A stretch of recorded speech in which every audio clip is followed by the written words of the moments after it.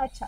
तिथी, वार, नक्षत्र, योग आणि करण हा. 5 अंग या पंचांगामध्ये असतात. हा. म्हणून हे पंचांग आहे. अच्छा. तर राजे लोक जे होऊन गेले हम्म. त्यांनी आपापले संवत्सक सुरू केलेले आहेत. हम्म. आता शालिवाहनाने काय केलं, 1947 वर्षापूर्वी हम्म. शालिवाहनानं शकांचा पराभव केला. हो. पण भारतीय लोक कसे असतात बघा, हम्म. ज्यांनी पराभव केला त्यांचं नाव म्हणजे शालिवाहन, हा. आणि ज्याचा पराभव केला त्याचं पण नाव दिलंय. हा, बरोबर.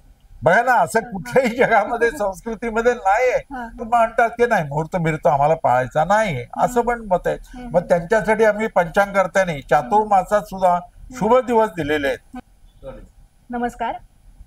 महाराष्ट्र मल्टीमीडिया कम्युनिकेशन प्रस्तुत वर्तमान मध्ये मी संध्या लिमये तुमचं स्वागत करते. मंडळी, शालिवाहन शके 1947 म्हणजे हे आता येणारं नवीन वर्ष, मराठी नवीन वर्ष, चैत्री गुढीपाडव्यानिमित्त तुम्हा सर्वांना खूप शुभेच्छा. आज आपण गुढीपाडव्याविषयी विशेष माहिती जाणून घेणार आहोत. त्याचबरोबर आपली प्राचीन भारतीय पंचांग पद्धती याविषयी जाणून घेणार आहोत. यासाठी आज आपल्यासोबत आहेत डा.कृ. सोमण सर. सर नमस्कार. नमस्कार. वर्तमान मध्ये तुमचं खूप स्वागत. हो. मंडळी, डा.कृ. सोमण सरांना अख्खा महाराष्ट्रच ओळखतो. त्यांचं खगोल तज्ज्ञ आणि पंचांगकर्ते म्हणून आपण त्यांचा परिचय आपल्या सगळ्यांनाच आहे. गेली 52 वर्षाहून अधिक काळ ते आपल्या घरोघरी येणारं निर्णय सागर हे जे पंचांग आहे ते तयार करत आहेत आणि त्या दृष्टीने कालदर्शिका आपल्या घरोघरी पोहोचत आहे. तर सर, आपल्याला पंचांग हे जे आपलं जुनं शास्त्र आहे त्याविषयी सांगणार आहेतच, पण त्याबरोबर विशेष महत्वाची गोष्ट म्हणजे सर खगोल तज्ज्ञही आहेत. त्यामुळेच प्राचीन भारतीय परंपरा आणि आधुनिक विज्ञान याचा सुयोग्य संगम सरांच्या ठिकाणी आहे. त्यामुळे ह्या कार्यक्रमामध्ये ते आपल्याला प्राचीन भारतीय परंपरेचे देखील माहिती सांगणार आहेत. त्याचबरोबर खगोल विज्ञान जे आहे त्याच्यानुसार जी कालगणना होते त्याविषयी सांगणार आहेत. तर सर तुमचं खूप. तर सर, पंचांग हे जे आपल्याकडे म्हटलं जातं, तर पंचांग ही आपली प्राचीन कालगणना पद्धती आहे. बरोबर. आणि ती आजही सुरू आहे. म्हणजे गेल्या हजारो वर्षांचा त्याला इतिहास आहे. बरोबर. आणि तुम्ही गेली 52 वर्ष निर्णय सागर हे आपल्या घरोघरी जे पोहोचणारं पंचांग आहे त्याचं तुम्ही हे करत आहात, काम करत आहात. तर आपल्याला पंचांग म्हणजे नेमकं काय हे आपल्या प्रेक्षकांना सांगा. बघा, पंचांग म्हणजे हे पंचांग. हा हा. आता पंचांग का म्हणतात, तर तिथी, वार, नक्षत्र, योग आणि करण ही 5 अंग आहेत. अच्छा. पण हे एकदम पंचांग झालेलं नाही. पहिल्यांदा 1 अंग होतं, द्विअंग, त्रिअंग, चतुरंग झालं, नंतर पंचांग झालं. अच्छा. तिथी, वार, नक्षत्र, योग आणि करण 5 अंग या पंचांगामध्ये असतात. म्हणून हे पंचांग आहे. अच्छा. आता पंचांग म्हणजे फलज्योतिष नव्हे. बरं. आपल्या सामान्य माणसाला काय वाटतं, पंचांग म्हणजे भविष्य, पंचांग म्हणजे फलज्योतिष. तर पंचांग म्हणजे खगोल गणित. जसं आकाशात आहे तसं पंचांगात आहे, आणि जसं पंचांगात आहे तसं आकाशात घडतं हे खगोल गणित आहे. बरोबर आहे. हे पुढचं गणित अगोदर केलं जातं. आणि ते आता 1900 आपण जर बघितलं तर 1947 शके आता गुढीपाडव्याला सुरू होतोय, तिथपासून हे पंचांग 1 वर्षाचं पंचांग आहे. म्हणजे या गुढीपाडव्यापासून पुढच्या गुढीपाडव्यापर्यंत. आता या वर्षी काय झालं, या पंचांगामध्ये 2 गुढीपाडवे आहेत. अच्छा, कसं काय? वर्षाच्या सुरुवातीला एक गुढीपाडवा आहे, पहिल्या दिवशी चैत्र शुक्ल प्रतिपदा, आणि पुढच्या वर्षी चैत्र शुक्ल प्रतिपदेचा क्षय आहे. म्हणजे अमावस्येच्या दिवशी प्रतिपदा, चैत्र शुक्ल प्रतिपदा आहे. त्यामुळे सकाळी अमावस्या संपल्यानंतर गुढीपाडवा साजरा करते पुढच्या वर्षी. म्हणून तो दिवस पण ह्याच्यात आहे. फाल्गुन अमावस्येच्या दिवशी पुढच्या वर्षी गुढीपाडवा आहे. तर 2 गुढीपाडवा असलेलं पंचांग असं हे या वर्षी आपल्याला गुढीपाडव्याला पुजायचं आहे. आता आपण जर बघितलं तर हे कधीपासून सुरुवात झालं, हे फार प्राचीन काळापासून सुरुवात झालं. आपण जर बघितलं तर पूर्वी ही अशी हस्तलिखित पंचांग असायची. ही बघा, हस्तलिखित पंचांग. आपण जर बघितलं 1840-41 पासून पंचांग छपाई सुरुवात झाली. पण हे हस्तलिखित पंचांग असायची, आणि गावचे जोशी लोक असायचे, आणि ते हे पंचांग करायचे आणि गावात सांगायचे संक्रांती कधी, गुढीपाडवा कधी, संकट चतुर्थी कधी, एकादशी, ग्रहण कधी आहे, ही खगोलीय माहिती ते गावात द्यायचे. गावचे लोक त्यांना शिधा दक्षिणा द्यायचे, त्याच्यावर त्यांचा उदरनिर्वाह चालायचा. पण हे गणित जे पूर्वीच्या काळी करायचे, हे गणित ज्या ग्रंथावरून करतात त्याला करण ग्रंथ असं म्हणतात. करण ग्रंथ म्हणजे खगोल गणित अगोदर वर्षभर अगोदर करता येतं असा जो ग्रंथ, तो ग्रंथ म्हणजे कर्ण ग्रंथ. आता तिथी कधी सुरुवात झाली भारतामध्ये? इसवी सन पूर्व 1500, म्हणजे 3,500 वर्षापासून भारतीय लोकांना तिथी माहित होती. आता तिथी म्हणजे काय? तर चंद्र सूर्य याच्यामध्ये 12 अंशाचं अंतर झालं की तिथी म्हणतो आपण. 24 अंश अंतर झालं की द्वितीया, 36 अंश अंतर झालं की तृतीया. आता इथे बघा, हे जिओसेंट्रिक आहे, म्हणजे पृथ्वीच्या मध्यातून सूर्याच्या मध्यात आणि चंद्राच्या मध्यात 2 रेषा काढल्या की त्याच्यामध्ये 12 अंश अंतर झालं की प्रतिपदा, 24 अंश अंतर झालं द्वितीया, 36 अंश अंतर झालं तृतीया. असं भारतीय प्राचीन काली म्हणजे इसवी सन पूर्व 1500 इतक्या वर्षापासून भारतीयांना ही माहित होती. वेद काळात सुद्धा तिथी माहित होती. आणि वार म्हणजे काय? तर आपला भारतीय वार हा सूर्योदयापासून सूर्योदयापर्यंत असतो. पाश्चात्य लोकांचा वार मध्यरात्री बदलतो, तसं नाही. आपला सूर्योदयापासून सूर्योदय, घड्याळच नव्हतं. मध्यरात्रीचे 12 काढणार कसे? घड्याळच नव्हतं त्यावेळी. सूर्योदय माहित असतो, तो सूर्योदयापासून सूर्योदयापर्यंत वार. नक्षत्र म्हणजे काय? एक क्रांतिवृत्त आहे, सूर्यमार्ग वृत्त. याचे 27 भाग केलेले आहेत, त्यांना आपण नक्षत्र म्हणतो. आणि ज्या नक्षत्रामध्ये चंद्र येतो, त्या चंद्र ज्या नक्षत्रात समाप्ती असते तो काल लिहिलेला असतो. चंद्र नक्षत्र पंचांगात दिलेलं असतं. हे तिसरं अंग. चौथा अंग योग. चंद्र सूर्य यांच्या भोगाची बेरीज 13 अंश 20 काला झाली की 1 योग, 27 योग आहेत. आणि कर्ण म्हणजे अर्धी तिथी, त्याला कर्ण म्हणतो. आता भद्रा कर्ण आपण माहित प्रसिद्ध झालेले. रक्षाबंधन भद्रा कर्णावर करू नका, होळी दहन करू नका, ते भद्रा कर्ण म्हणजे अर्धी तिथी. आता हे 5 अंग एकदम नाही सुरू झाली. तिथी, नक्षत्र आणि कर्ण इसवी सन पूर्व 1500 भारतीयांना माहित झाली. नंतर आपण जर वार बघितलं तर इसवी सन पूर्व 1000, म्हणजे जवळजवळ 3,500-3,400 वर्षापासून वार माहीत आहेत भारतीय लोकांना. आणि योग आहेत हे मात्र इसवी सन 700 पासून सुरू झाले. त्याला खगोलीय काय महत्व नाही, ते खगोलशास्त्रामध्ये त्याचा उपयोग नाही. पण तिथी माहिती आहे. आपण तिथी चेक करू शकतो. गच्चीत जर गेलो आपण अमावास्येनंतर दुसऱ्या दिवशी चंद्र सूर्य मावळले आणि काही दिवसांनी दुसऱ्या किंवा तिसऱ्या दिवशी चंद्र वर दिसतो पश्चिमेला, 12 अंशांतर झालं की 1 तिथी. अशी तिथी बघता येते, चंद्र नक्षत्रात बघता येतो. आणि बघा ना, हे कधी आहे तर वेद कालापासून माहिती आहे लोकांना. त्या काळामध्ये उत्तरायण माहित होतं, दक्षिणायन माहित होतं. जे आता आपल्याला माहिती आहे ते त्या काळात 3,500-4,000 वर्षापूर्वी भारतीय लोकांना माहित होतं. आणि विचार करा, त्यावेळी उत्तरायण दक्षिणायन आणि आपलं पंचांग हे चांद्र सौर पद्धतीचा मेळ घातलेला आहे. कारण ऋतू हे सूर्यावर अवलंबून असतात आणि सण हे चंद्रावर अवलंबून आहेत. म्हणून चांद्र सौर पद्धतीचा मेळ आपला भारतीय कालगणनेमध्ये आहे, विशेष आहे.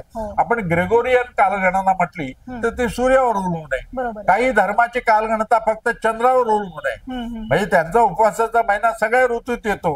आपलं तसं नाही. आपला श्रावण महिना पावसाळ्यात येतो, कारण पावसाळ्यात चलनवलन कमी होतं. आरोग्य शरीराचं बघा तुम्ही, पावसाळ्यात हलका आहार घेतला, डायटिंग केलं, आधुनिक भाषेत सांगायचं तर हलका आहार घेतला तर आरोग्य चांगलं राहतं. तसं आहे. आणि थंडीमध्ये भूक जास्त लागते. दिवाळीसारखा सण थंडीत येतो, तिळाची शरीराला आवश्यकता असते. संक्रांती थंडीमध्ये येते. तर ऋतूप्रमाणे सगळे सणाची रचना ते ऋतूवरती सूर्यावर अवलंबून आहेत आणि चंद्र हे सण हे चंद्रावर अवलंबून आहेत. म्हणून चांद्र सौर पद्धतीचा मेळ आपल्याकडे घातलेला आहे. म्हणजे नियम कसा केलाय? सोपा आहे. मीन राशीत सूर्य असताना ज्या चांद्र महिन्याचा प्रारंभ होतो त्याला चैत्र म्हणायचं. मेष राशीत सूर्य असताना ज्या चांद्र महिन्याचा प्रारंभ होईल त्याला वैशाख म्हणायचं. कधी कधी एका राशीत सूर्य असताना 2 चांद्र महिन्याचा प्रारंभ होतो, तो पहिला तो अधिक महिना येतो आणि दुसरा तो निज. आता पुढच्या वर्षी ज्येष्ठ अधिक महिना येणार आहे. मग ती सांगड घातली जाते ऋतू. आणि उत्सव कशासाठी असतात? उत्सवामध्ये माणसं एकत्र येतात आणि आपण दुःख चिंता विसरून जातो, आनंदित होतो. मनाचं आरोग्य उत्सव राखतात आणि शरीराचं आरोग्य ऋतूप्रमाणे आहार घेतल्यामुळे शरीराचं आरोग्य राखलं जातं. म्हणून हे आहे. आणि शेतीचं टाइम टेबल जे आपण म्हणतो ते ऋतूंवर अवलंबून आहे, त्याचं मार्गदर्शन असं या पंचांगामध्ये केलेलं असतं. तर पंचांग म्हणजे खगोल गणित, आणि हे कधीपासून सुरुवात झाली? वेदकाळापासून. पण हे तयार करतात त्याला कर्ण ग्रंथ म्हणतात. आता मी पहिला कर्ण ग्रंथ दाखवतो. हा बघा, वेदांग ज्योतिष. झूम करून घ्या. हा वेदांग ज्योतिष हा पहिला कर्ण ग्रंथ. आता विचार करा, हा कधी कर्ण ग्रंथ झाला? लगद ऋषीनं 3,500 वर्षापूर्वी लिहिलेला आहे. 3,500 वर्षापूर्वी. त्या काळी प्रिंटिंग नव्हतं. ग्रंथ याच्यामध्ये ऋग्वेदीय वेदांग ज्योतिष आणि यजुर्वेदीय वेदांग ज्योतिष. ऋग्वेदीय वेदांग ज्योतिषात 36 श्लोक आहेत आणि यजुर्वेदीय वेदांग ज्योतिषात 44 श्लोक आहेत. आणि याचं भाषांतर संस्कृत मधून इंग्रजीमध्ये लोकमान्य बाळ गंगाधर टिळकांनी केलेलं आहे. आणि हे पुस्तक लोकमान्यांचं आहे. लोकमान्याने या वेदांग ज्योतिषाचं भाषांतर केलंय. मित्रांनो, एवढंच नव्हे तर अनेक परदेशी लोकांनी त्याचं भाषांतर केलंय. इतर अनेक लोकांनी. ते 36 आणि 44 या श्लोकांमध्ये खगोल गणित आहे. आणि हा पहिला कर्ण ग्रंथ म्हटला तरी चालेल. आणि हा याचा कालावधी 3,500 वर्षापूर्वी लगद ऋषी आणि काश्मीरमध्ये राहत होते. भाषांतर करायचे संस्कृत श्लोक, त्याच्यावरून खगोल गणित करायचे, पंचांग करायचं. असा हा वेदांग ज्योतिष हा महत्वाचा ग्रंथ टिळकाने केला. आता वेदांग ज्योतिष याच्यावरून केलेलं गणित चुकायला लागलं, कारण आपल्या माहिती आकाशामध्ये गतीमध्ये बदल होतो. आणि त्याप्रमाणे नंतर हा ग्रंथ लिहिला लाट नावाच्या माणसाने. सूर्य सिद्धांत हा कर्ण ग्रंथ. याच्यामध्ये 14 प्रकरणं आहेत. आणि विशेष म्हणजे हा जो ग्रंथ आहे सूर्य सिद्धांत, हा लाट नावाच्या माणसाला 14 प्रकरण आहेत, श्लोक आहेत त्याच्यामध्ये. आणि याचं पाठांतर करून जोशी लोक गावामध्ये ग्रहण कधी आहे, सण कुठला आहे, संक्रांत कधी आहे ते सांगत होत. 500 श्लोकांमध्ये गणित सांगितलेलं आहे. खगोल गणित, एस्ट्रॉनॉमी 500 श्लोकांमध्ये सांगितलंय. हा सूर्य सिद्धांत ग्रंथ हा आपण जर बघितलं तर इसवी सन 400 मध्ये साधारण तयार झाला. 475 मध्ये. इतका जुना हा ग्रंथ आहे. 1000 वर्ष जोशी लोक या ग्रंथावरून पंचांग करीत असत. आता ते गणित चुकायला लागलं पुन्हा, कारण आपल्याला माहिती आहे आकाश आणि पंचांग बरोबर यायला पाहिजे. प्राचीन काळी आपल्या मुरुड जंजिराच्या जवळ नांदगाव म्हणून गाव आहे, तिथे गणेश दैवज्ञ राहत होते. त्यांनी बघितलं या पंचांगामध्ये फरक दिसतोय. पंचांग वेगळं आणि आकाश वेगळं. एकत्रित पाहिजे, आकाशाप्रमाणे पंचांग पाहिजे आणि पंचांगात ते तसं आकाशात पाहिजे. म्हणून त्यांनी ग्रंथ लिहिला. हा ग्रंथ इसवी सन 1520 मध्ये लिहिला. ग्रह लाघव 1520 छत्रपती शिवाजी महाराजांच्या अगोदर. विचार करा. आणि हे नांदगाव महाराष्ट्रामध्ये आहे. नंदीग्राम म्हणायचं त्या गावाला. गणेश दैवज्ञ. आणि काश्मीर पासून कन्याकुमारी पर्यंत पंचांग करते. हे गणित वापरायला लागले, कारण याच्यामुळे जसं आकाशात आहे तसं पंचांगात यायचं आणि जसं पंचांगात आहे तसं आकाशात यायचं. हा सर्वश्रेष्ठ ग्रंथ ग्रह लाघव म्हणजे सूर्य सिद्धांत ग्रंथावरून पूर्वी पंचांग करायचे आणि ते गणित चुकायला लागलं, म्हणून ग्रह लागवून करायला लागले इसवी सन 1520 मध्ये. आणि त्याच्यानंतर पुन्हा गणित चुकायला लागलं, कारण आकाशामध्ये बदल होतो. आपल्याला माहितीये पृथ्वीचा वेग हा मंदावतोय आणि चंद्र पृथ्वीपासून दरवर्षी 3.8 सेंटीमीटर दूर जातोय. असं घटना घडत असतात. तर ते गणित चुकायला लागलं 1920 मध्ये. कुणाच्या लक्षात आलं तर लोकमान्य बाळ गंगाधर टिळकांच्या लक्षात आलं. 1920 साली. आणि त्याने केसरी मध्ये जाहिरात दिली, केसरी वर्तमानपत्रात, जर कोणी ग्रह लाघव या ग्रंथावरती संस्कार करून नवीन ग्रंथ लिहिल, जसं पंचांगात आहे तसं आकाशात पाहिजे आणि आकाशात आहे तसं पंचांगात पाहिजे, तर मी त्याला 1000 रुपये बक्षीस देईन. कोण येणार पुढे? पण नागपूरचे एक ग्रस्त पुढे आले, डॉक्टर केशव लक्ष्मण दफ्तरी, आणि त्याने हा ग्रंथ लिहिला. हा बघा केवढा जाडजूड ग्रंथ आहे. हे संस्कृत आणि मराठीमध्ये हा ग्रंथ लिहिला.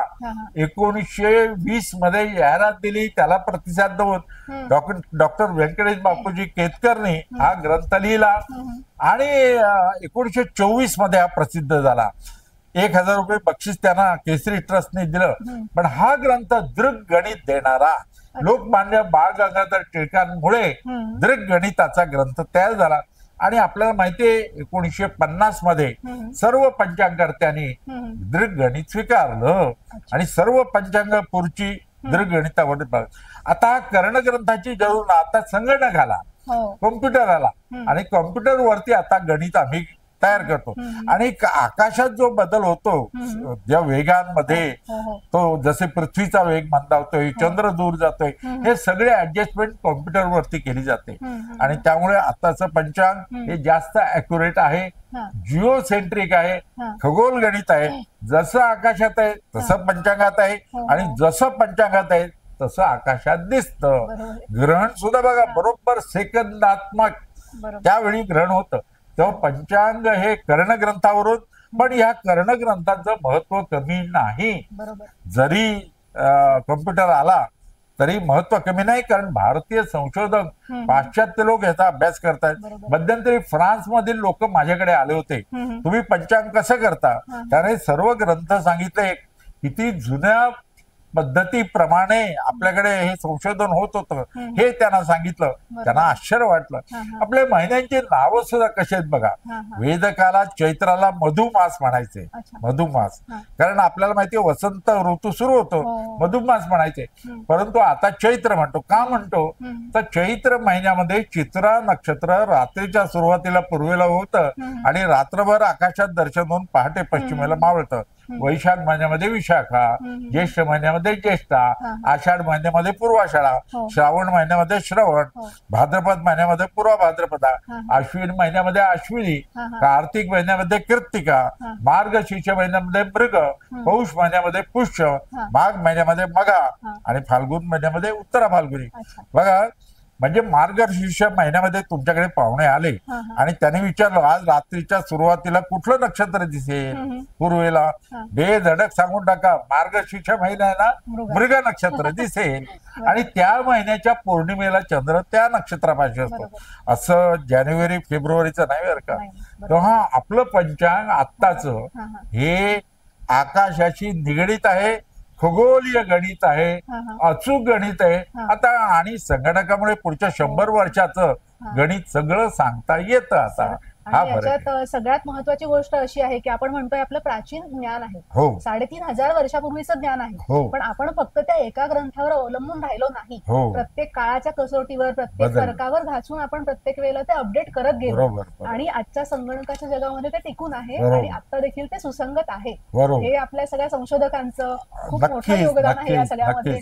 आणि आत्ताच्या आधुनिक काळातलं तर तुम्ही हे 52 वर्ष आता हे निर्णय सागरचं काम करताय आणि घरोघरी आम्ही हेच पंचांग वापरतोय. तर हे सगळ्यात विशेष आहे. तर आजपासून जो नवीन वर्ष आपलं सुरू होत आहे, शालिवाहन शक 1947. तर मग शालिवाहन शक आणि विक्रम शक असे आपल्याकडे 2 शक आहेत. तर ते कसे काय, त्याच्यात फरक काय आहे? चांगला प्रश्न विचारलाय. बऱ्याच लोकांच्या मनामध्ये हा प्रश्न येत असणार. आता मी पंचांगावरतीच हे लिहिलेलं आहे. कुठलं आहे बघा. आता बघा, शालिवाहन शक 1947 आणि प्रत्येक शकेला नाव असतं संवत्सराचं. तर या वर्षी नावे विश्वा वसु नाम. प्रत्येक संवत्सर 60 नाव आहेत. संवत्सराची 60 नाव आहेत. तर दरवर्षी संवत्सराला नाव दिलं असतं. यावेळी क्रुधी नाम संवत्सर होता, यावेळी विश्वा वसु नाम संवत्सर आहे, पुढचा पराभव नाव संवत्सर आहे. असे 60 क्रमाने नावं येतात. आता विक्रम संवत आपण जो प्रश्न विचारला तो उज्जैनीला विक्रम राजांनी सुरू केला. आपण जर बघितलं तर राजे लोक जे होऊन गेले त्यांनी आपापले संवत शक सुरू केलेले आहेत. आता शालिवाहनाने काय केलं, 1947 वर्षापूर्वी शालिवाहनानं शकांचा पराभव केला. पण भारतीय लोक कसे असतात बघा, ज्यांनी पराभव केला त्यांचं नाव म्हणजे शालिवाहन आणि ज्याचा पराभव केला त्याचं पण नाव दिलंय. बघा ना, असं कुठल्याही जगामध्ये संस्कृतीमध्ये नाहीये. ज्यांनी पराभव केला त्याचं नाव आहेच, पण ज्याचा पराभव केला त्याचं पण नाव त्यांनी जाऊन ठेवलंय. शालिवाहनानं शकांचा पराभव केला 1947 वर्षापूर्वी. तसं विक्रम राजांनी जेव्हा राज्य पद स्वीकारलं तेव्हा त्यांनी 2081, आता 2082 आजपासून 2082 गुढीपाडव्यापासून सुरू होणारे विक्रम संवत, उज्जैनीचा विक्रम राजा त्यांनी सुरू केलं. तसं शिवशक पण आहे. आपण जर बघितलं तर शिवशक 351-52 आता सुरू होत आहे शिवरायांच्या राज्याभिषेकापासून.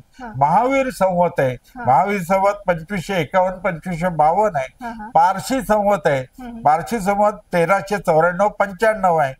तर कलियुग ज्यावेळी ब्रह्मदेवानं सृष्टी निर्माण केली ते 5127, 5127 युगाब्द म्हणतात. ब्रह्मदेवानं सृष्टी निर्माण केली त्याला ते. आणि मुसलमानी लोकांचा हिजरी सण तो पण 1446. तो पंचांगाचा कुठलंही पंचांग तुम्ही घेतलं की त्याच्या सुरुवातीला पृष्ठभागावरती बघा हे सगळे सण असे लिहिलेले असतात. त्यामुळे या सर्व कालगणनेची तुम्हाला ओळख होते, हे लक्षात घ्या. तो विक्रम संवत तुम्ही जो प्रश्न विचारला तो 2082 चैत्र शुक्ल प्रतिपदेपासून सुरू होतो. आणि उत्तर भारतामध्ये विक्रम संवत चैत्रापासून सुरू होतो. 2082 आता सुरू होणार. पण गुजरातमध्ये कार्तिक शुक्ल प्रतिपदाला आपण बलिप्रतिपदा म्हणतो ना, त्यावेळी विक्रम संवत सुरू होतो. त्यांचं पंचांग बलिप्रतिपदेला सुरू होतं. म्हणजे कार्तिक शुक्ल प्रतिपदेपासून आश्विन अमावस्येपर्यंत त्याचं असतं. आपल्या महाराष्ट्रामध्ये गुढीपाडवा हा चैत्र शुक्ल प्रतिपदेला सुरू होतो. भारतामध्ये अनेकतेत एकता आहे. विविध राज्याची कालगणना जशी असेल, आता साऊथ इंडियात दक्षिणेला बघितलं तर राशीला महत्व आहे. सूर्यानं राशी प्रवेश केला की त्याला महत्व दिलं जातं, महिन्यांचं नाव ते दिलं जातं. तर आपल्याकडे विविधतेत एकता आहे भारत देशात. प्रत्येक राज्याच्या कालगणनेमध्ये आहे. आता पंचांगार्थे आम्ही प्रयत्न करतोय सर्वांनी एकत्र यावं. कारण आपल्याला माहिती आहे उत्तर भारतात पौर्णिमांत महिने आहेत. म्हणजे पौर्णिमेपासून सुरू होतो महिना आणि पौर्णिमेला समाप्त होतो. महाराष्ट्रात अमांत आहे, साऊथ इंडियामध्ये अमांत आहे. म्हणजे अमावस्येला संपतो आणि अमावस्येपासून सुरू होतो चैत्र शुक्ल प्रतिपदा. तर तिकडे म्हणजे आपला जो आषाढ कृष्ण असतो तो उत्तर भारतात श्रावण कृष्ण असतो. कृष्ण पक्ष अगोदर येतो पौर्णिमांत असल्यामुळे आणि नंतर शुक्ल पक्ष येतो. म्हणून बघा त्यांचा श्रावण अगोदर सुरू होतो 15 दिवस. लोकांना वाटतं आपण मीडियामध्ये बघतो श्रावण महिना अगोदर कसा सुरू झाला, कारण तिकडे पौर्णिमा आहेत, आपल्याकडे अमांत आहेत. हा फरक लक्षात घ्यायला पाहिजे. सर आता आपल्या हे गुढीपाडव्याबद्दल आपण सांगूच, पण मला आधी तुमच्याविषयी जाणून घ्यायचंय. तुम्ही गेली 52 वर्ष निर्णय सागरसाठी निर्णय सागर लिहित आहात स्वतः, आणि घरोघरी आमच्या ते लहानपणापासून आमच्या घरी ते निर्णय सागरच येतोय. तर आपले जे दिनदर्शिका आणि पंचांग म्हणजे कॅलेंडर जे आपण म्हणतो, त्या कॅलेंडर मध्ये पण ह्या निर्णय सागरचे किंवा आपले पंचांग आहे त्याचा रेफरन्स घेऊनच तिथीवार सगळं हे केलं जातं. तर तुम्हाला हे तुमच्या पिढ्यानं पिढ्या हे ज्ञान तुमच्यापर्यंत आलेलं आहे तुमच्या वडिलांकडून, आणि ते तुमचं म्हणजे खगोल हे ज्ञान तुमचं जे आहे प्राचीन परंपरेचं ज्ञान आहे पंचांगाचं ते, आणि त्यानंतर तुमच्यात निर्माण झालेली खगोल विज्ञानाची आवड, याविषयी आम्हाला सांगा. हा, चांगला प्रश्न विचारलाय. आता विचार करा, माझे वडील पंचांग करते होते आणि ते निर्णय सागर पंचांग करायचे. 1972 साली त्यांचं दुःखद निधन झालं आणि कृष्णाजी विठ्ठल सोमण हे माझे वडील कृवी सोमण शास्त्री म्हणून ओळखायचे. आणि कृवी सोमण शास्त्रींनी पूर्वी पंचांग केलं आणि 1972 नंतर मी हे करतोय. गेले 52 वर्ष हे पंचांग करतोय. आणि मला खगोलाची आवड.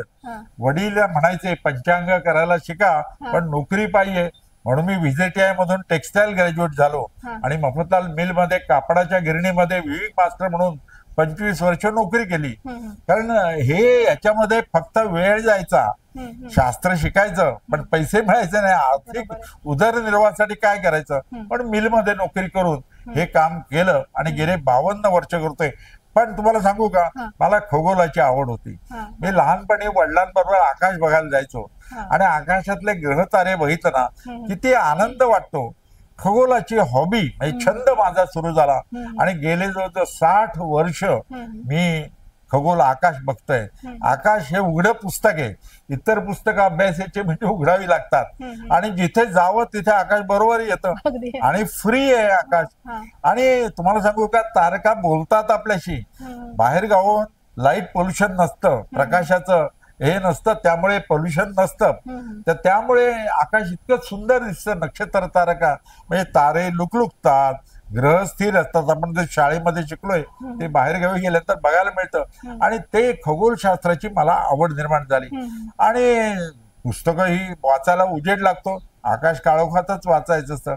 वांगणीला तर आम्ही अनेक वेळा जात होतो आकाश बघायला, म्हणजे नोकरीवर असताना सुद्धा. आणि दुर्मिळ घेऊन बघितलं तर आपल्याला माहितीये चंद्रावरची विवर दिसतात. गुरुचे 4 चंद्र दिसतात. गुरुला 95 चंद्र आहेत, त्यापैकी 4 चंद्र दिसतात. शनीला तर आता 200च्या पलीकडे चंद्र गेलेले आहेत. शनीची वलय दिसतात आपल्याला. आणि शुक्राची कोर दिसते, बुधाची कोर. हे दुसऱ्याला दाखवण्यात सुद्धा आनंद मिळतो. तुम्हाला सांगू का, माणसानं माणसाशी कसं वागावं, तर माणसाने माणसाची माणसाप्रमाणे वागावं, हे आपली वैदिक सनातन संस्कृती शिकवते.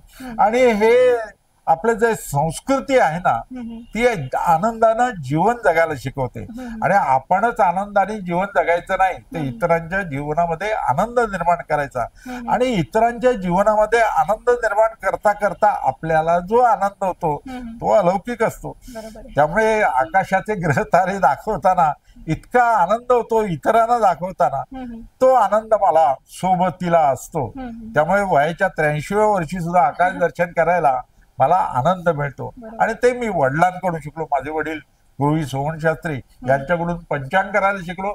आणि वैज्ञानिक युगामध्ये, आता तर आर्टिफिशियल इंटेलिजन्सचं जग आहे, तेव्हा या नवीन युगामध्ये, संगणकाच्या युगामध्ये, विज्ञानाच्या युगामध्ये विज्ञान श्रेष्ठ आहे. वैज्ञानिक दृष्टिकोनातून प्रत्येक ठिकाणी पाहायला पाहिजे. अगदी गुढीपाडवा सण असो किंवा नवरात्र असो, गणेश चतुर्थी असो, वैज्ञानिक दृष्टिकोनातून सणांकडे पाहायचं. म्हणून मी तुम्हाला सांगितलं ना, सण हे कशासाठी असतात, शरीराचं आरोग्य आणि उत्सव हे मनाचं आरोग्य सांभाळतात.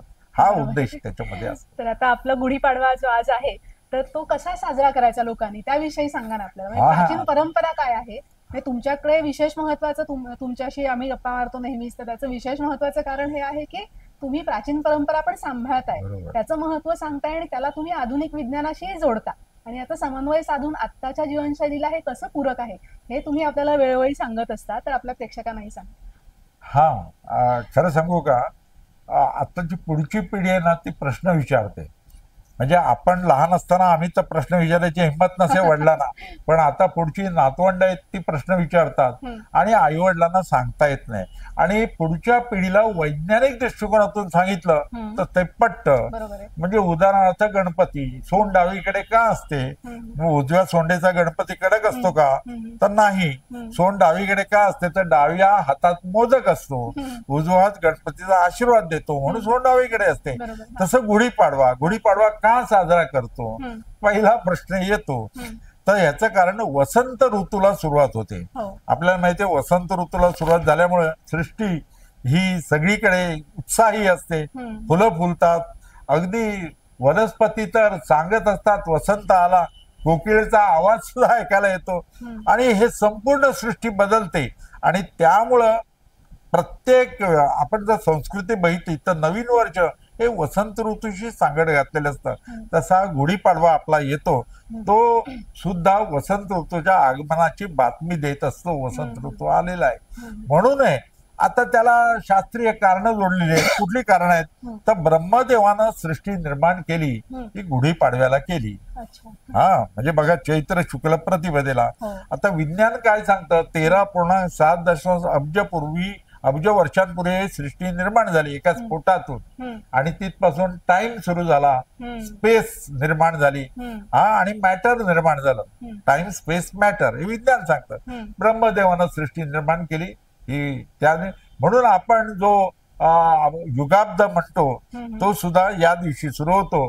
आणि यावर्षी 5127 युगाब्द सुरू होते या गुढीपाडव्याला. ही एक कारण. दुसरं कारण, गुढीपाडवा म्हणजे शालिवाहनाने शकांचा पराभव केला आणि शालिवाहन शके सुरू झाला. आत्ताच म्हटलं 1947 इथपासून सुरुवात झाली. हा दुसरं कारण उपपत्ती सांगितले ते. तिसरं कारण, प्रभू रामचंद्र यांनी रावणाचा वध केला आणि ते गुढीपाडव्याला अयोध्येत आले. आणि त्यामुळे लोकांनी गुढ्या तोरणं उभारून स्वागत केलं. म्हणून आपण गुढीपाडवा साजरा करतो चैत्र शुक्ल प्रतिपदेला. म्हणजे बघा, विजयादशमीला दसऱ्याच्या दिवशी प्रभू रामचंद्राने रावणाला मारलं. आपण करतो की नाही, रावण वध साजरा करतो. आणि ते आले हे चैत्र शुक्ल प्रतिपदेला अयोध्येत, आणि हे सांगितलं जातं आणि ते त्याप्रमाणे आहे. तिसरं म्हणजे नारद ऋषीचे 60 पुत्र हे होते, आणि ते आपण संवत्सर 60 सांगितले, ते एक सांगितलंय. नंतर वसु राजाला इंद्रानं विमान दिलं आणि वैजयंती पुष्पमाला दिली, हे कारण सांगितलं. पण हे गुढीपाडवा वसंत ऋतूचं आगमन आल्या प्रित्यर्थ आपण साजरा करतो, हे कारण त्याचं आहे.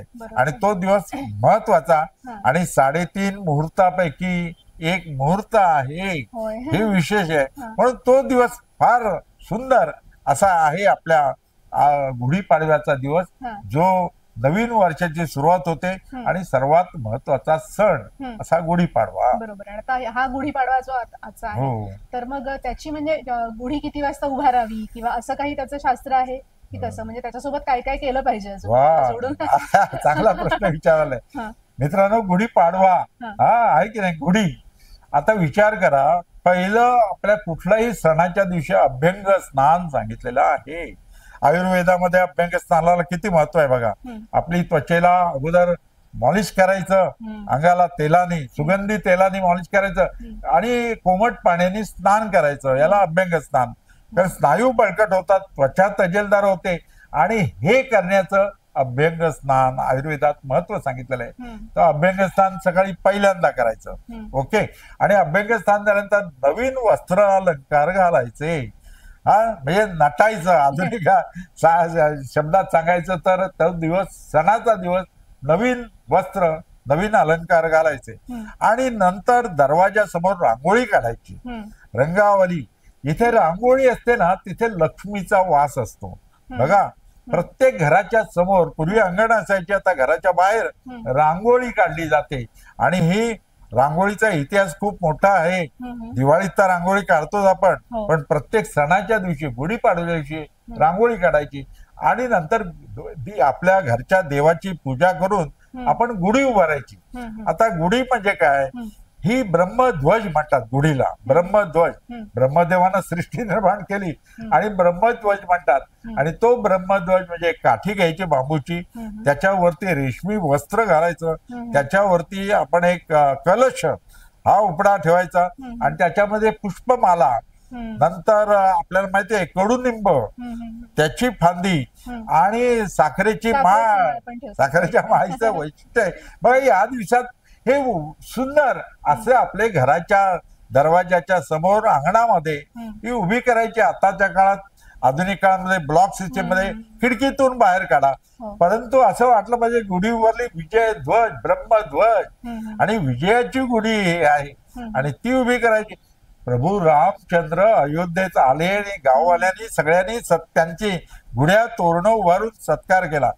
आणि हे करण्या अगोदर दरवाजाच्याला तोरण लावायचं, आम्र पाल म्हणजे आंब्याची पानांचं एक तोरण, फुलं लावलेलं असं दरवाजासमोर बांधायचं. आणि त्या दिवशी मिष्टान्न भक्षण आहेच की नाही. सण म्हटला किती वाजता करा? मुहूर्त दुपारी 12 वाजेपर्यंत, 12 साडेबारा पर्यंत, मध्यान्हपर्यंत आपण गुढी उभारू शकतो, सूर्योदयापासून. आणि सूर्यास्त होण्यापूर्वी ती पुन्हा काढायची, हे महत्वाचं. सूर्यास्त होण्यापूर्वी काढायची, कारण हे त्यांना त्याच्या प्रती जो आदर आहे तो व्यक्त करायचा. आणि त्याची पूजा करतो. आणि घरामध्ये पंचांगाची पूजा या दिवशी केली जाते. आता आधुनिक काळात आपण ग्रेगोरियन कॅलेंडर प्रमाणे जानेवारी महिन्यात घेतो, पण अजूनही अनेक घरामध्ये पंचांग खरेदी करून पंचांगाची पूजा केली जाते.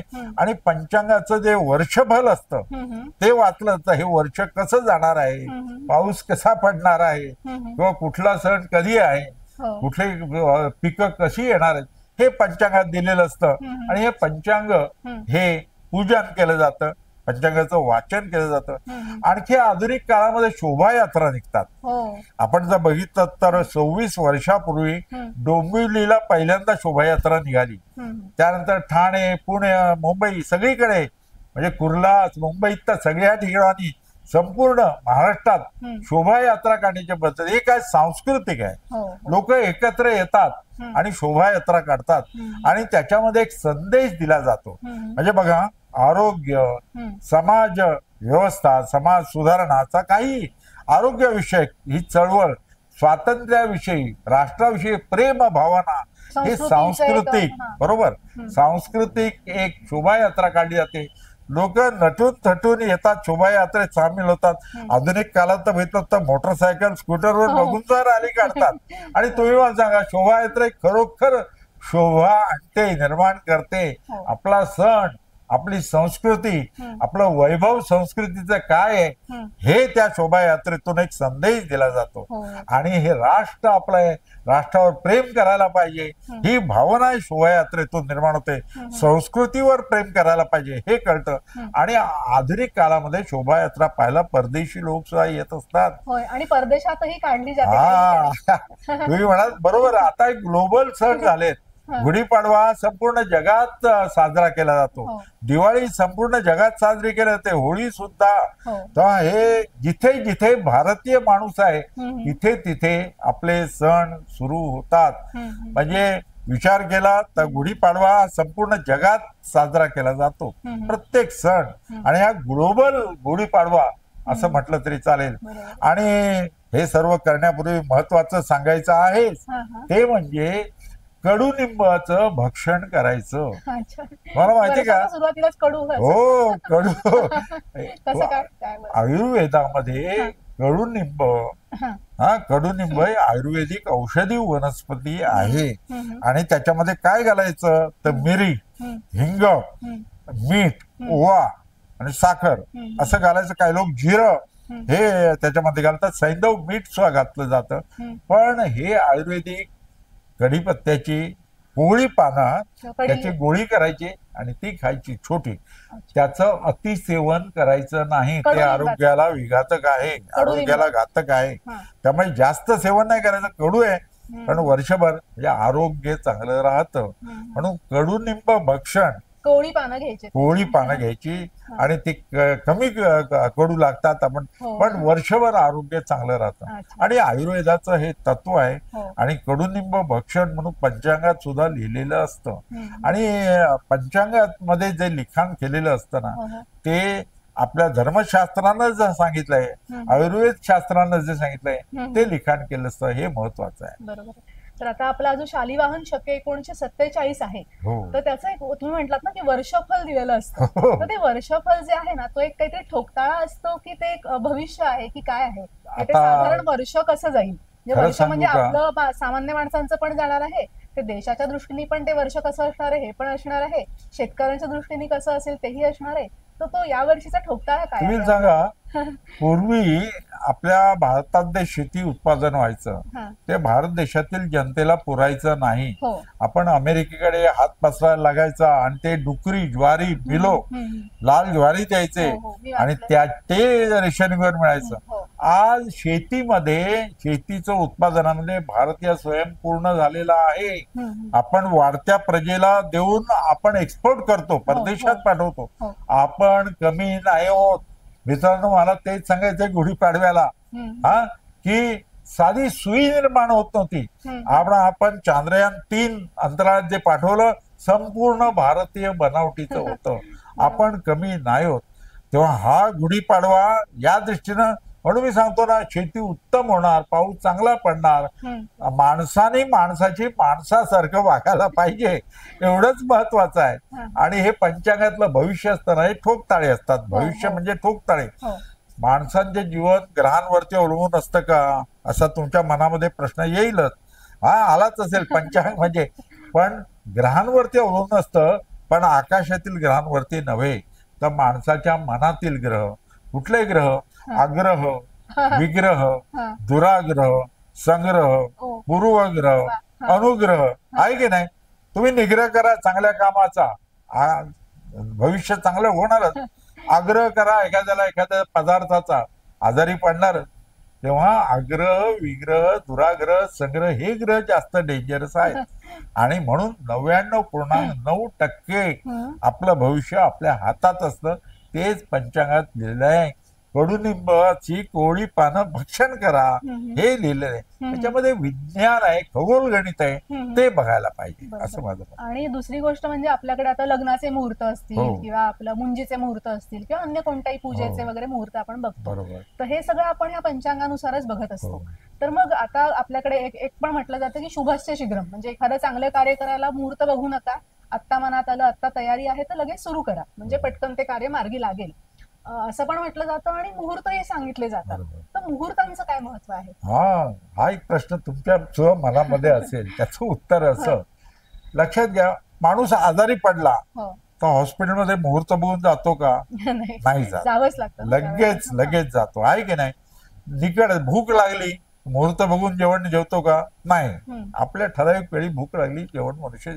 लक्षात ठेवा, मुहूर्त याचा अर्थ काय तो समजून घेतला पाहिजे.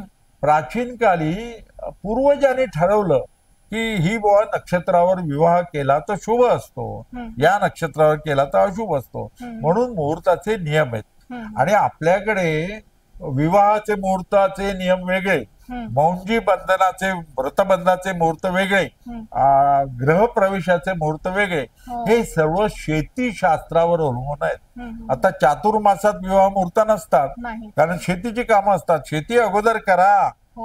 आणि त्यावेळी दळणवळणाची साधनं नव्हती, पावसाळ्यात प्रवास करत नसत लोक, त्यामुळे चातुर्मासात मुहूर्त नाहीत.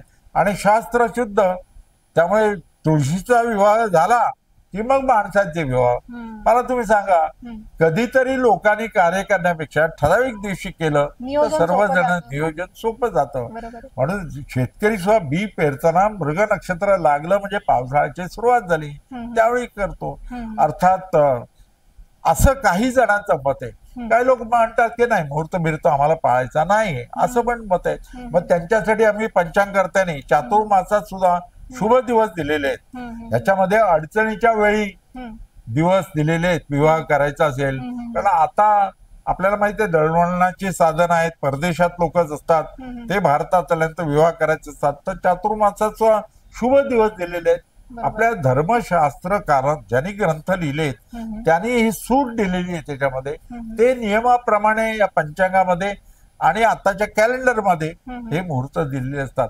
आता बघितलं तर कॅलेंडरमध्ये ग्रेगोरियन कॅलेंडरचा वापर संपूर्ण जगात आहे, आपण एकमेकाशी व्यवहार त्याप्रमाणे करतो. तर पंचांगाचा मजकूर हा कॅलेंडरच्या त्या तारखेला दिलेला असतो, त्यामुळे अगोदर आम्ही पंचांग तयार करतो आणि त्याच्यावरून कॅलेंडर तयार करतो, हे पण समजून घ्यायला पाहिजे. म्हणजे ही कालदर्शिका आणि ती दिनदर्शिका.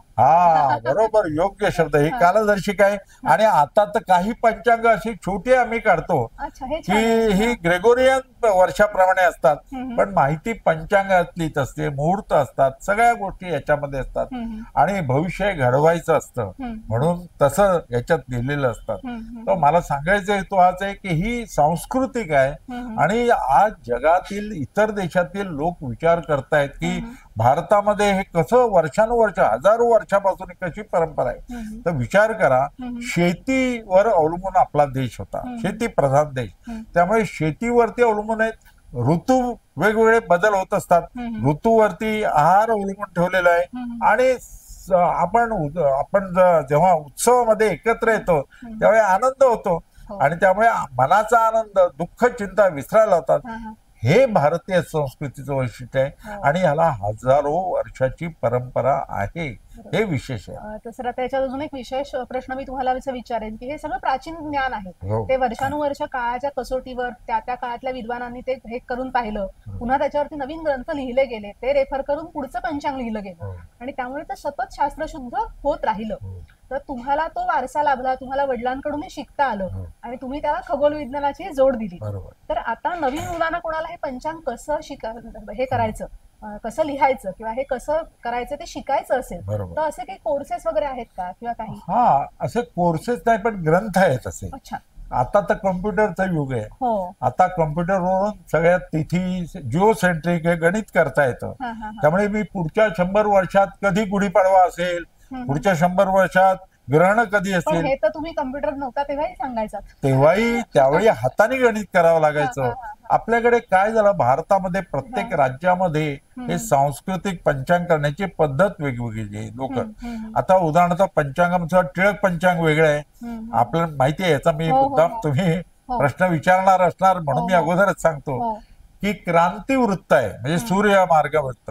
याचा स्टार्टिंग पॉइंट कुठला घ्यायचा, तर निर्णय सागर, दाते किंवा इतर पंचांग, भारत सरकारचं पंचांग हे सुद्धा हे चित्रा ताऱ्याचा समोरचा बिंदू स्टार्टिंग पॉइंट म्हणून तिथून अश्विनी नक्षत्र, मेष राशी असं म्हणून विभागणी केली.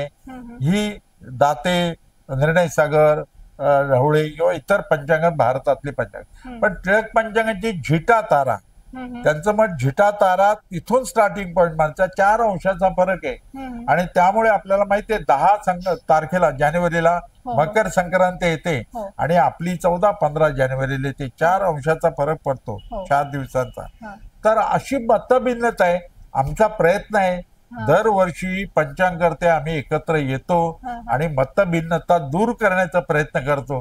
पण सांस्कृतिक आपली जडणघडण आहे, इतिहास आहे, भिन्नता आहे आणि भिन्नता ते एकमत आहे, ते व्हायला पाहिजे असा आमचा प्रयत्न आहे. आणि त्या दृष्टीने एकत्र येऊन सण उत्सव सुद्धा साजरे करण्याच्या पद्धती अनेक मतभिन्नता आहे, पौर्णिमांत अमांत अनेक गोष्टी आहेत, त्या दुरुस्त करण्याचा प्रयत्न करतो. अच्छा, तर आता या शालिवाहन शके 1947 गुढीपाडव्यानिमित्त तुम्ही आपल्या प्रेक्षकांना काय सांगाल अजून? मी सांगेल पंचांग, गणित आणि खगोलशास्त्र. मी तुम्हाला सांगितलं आकाशाप्रमाणे पंचांग पाहिजे आणि पंचांग आता तसं आकाशात दिसलं पाहिजे. आणि दृग गणित, आणि यासाठी मी गणेश दैवज्ञ आणि लोकमान्य बाळ गंगाधर टिळक आणि डॉक्टर व्यंकटेश बापूजी केतकर आहेत किंवा डॉक्टर केशवलक्ष्मी दत्त आहेत यांना अभिवादन करेन की त्यांच्यामुळे भारतीय पंचांग ही दृगगणिताची झाली. अजूनही सुधारणा व्हायला पाहिजे. कारण आपण बघितलं तर आपण मकर संक्रांती 14-15 जानेवारीला साजरी करतो.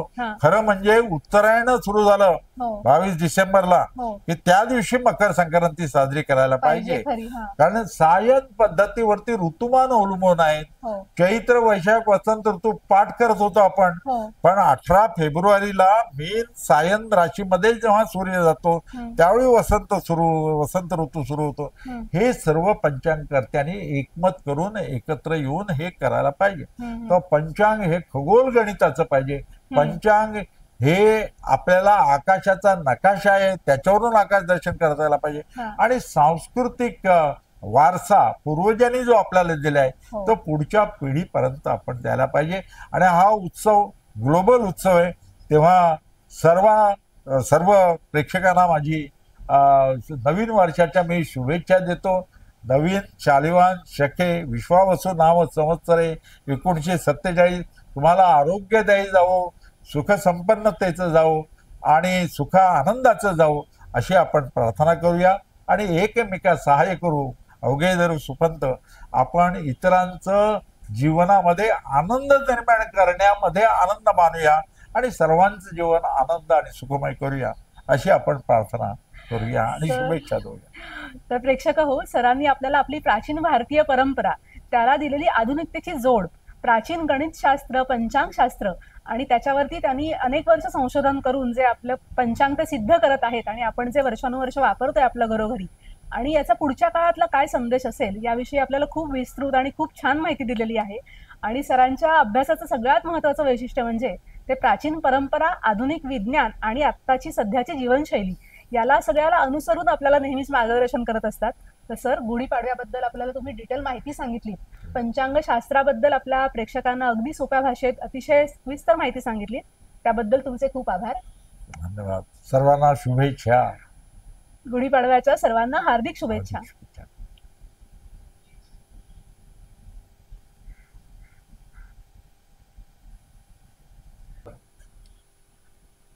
मंडळी, प्राचीन भारतीय पंचांग आणि आधुनिक खगोल विज्ञान यांचा सुयोग्य समन्वय साधणारं सरांचं हे गुढीपाडवा विशेष पंचांगाची महती आणि माहिती सांगणारं ही मुलाखत तुम्हाला कशी वाटली हे आम्हाला नक्की कळवा. हा एपिसोड अधिकाधिक लोकांपर्यंत पोहोचवा. MMC न्यूज नेटवर्कला लाईक करा, शेअर करा, सबस्क्राईब करा. धन्यवाद.